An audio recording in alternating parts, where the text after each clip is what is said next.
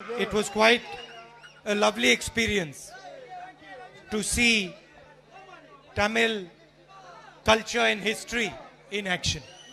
राहुल गांधी की वतन वापसी हो चुकी है और वापसी होते ही विवाद शुरू हो गया। किसान आंदोलन के बीच और न्यू ईयर के ठीक पहले राहुल गांधी विदेश चले गए। राहुल के इटली जाने पर खूब चर्चा हुई। बीजेपी ने आरोप लगाया कि किसानों को भड़काकर वो विदेश भाग गए। वहीं अब जब 17 दिनों बाद उनकी वापसी हुई तो तमिलनाडु पहुंच गए और जलीकट्टू के प्रोग्राम में शामिल हुए। पोंगल के दिन मदुरई पहुंचे राहुल गांधी ने अवनीपुरम में जलीकट्टू कार्यक्रम में हिस्सा लिया।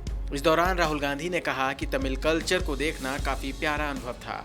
मुझे खुशी है कि जलीकट्टू व्यवस्थित और सुरक्षित तरीके से आयोजित किया जा रहा है, जिसमें सभी सुरक्षित हैं और सभी का ध्यान रखा जा रहा है।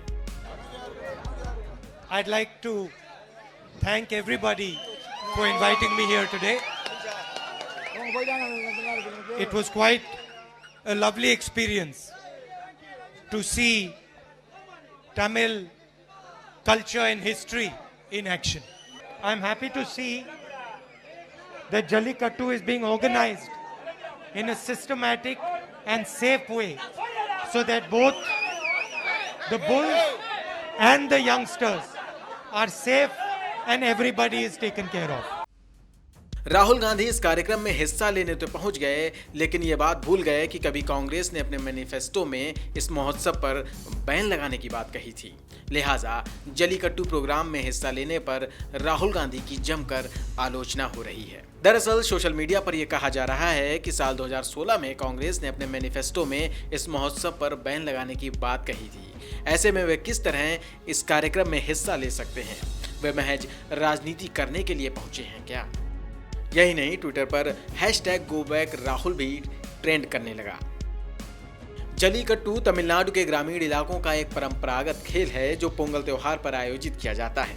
इसमें लोग बैलों को पकड़ने और उन्हें काबू करने की कोशिश करते हैं।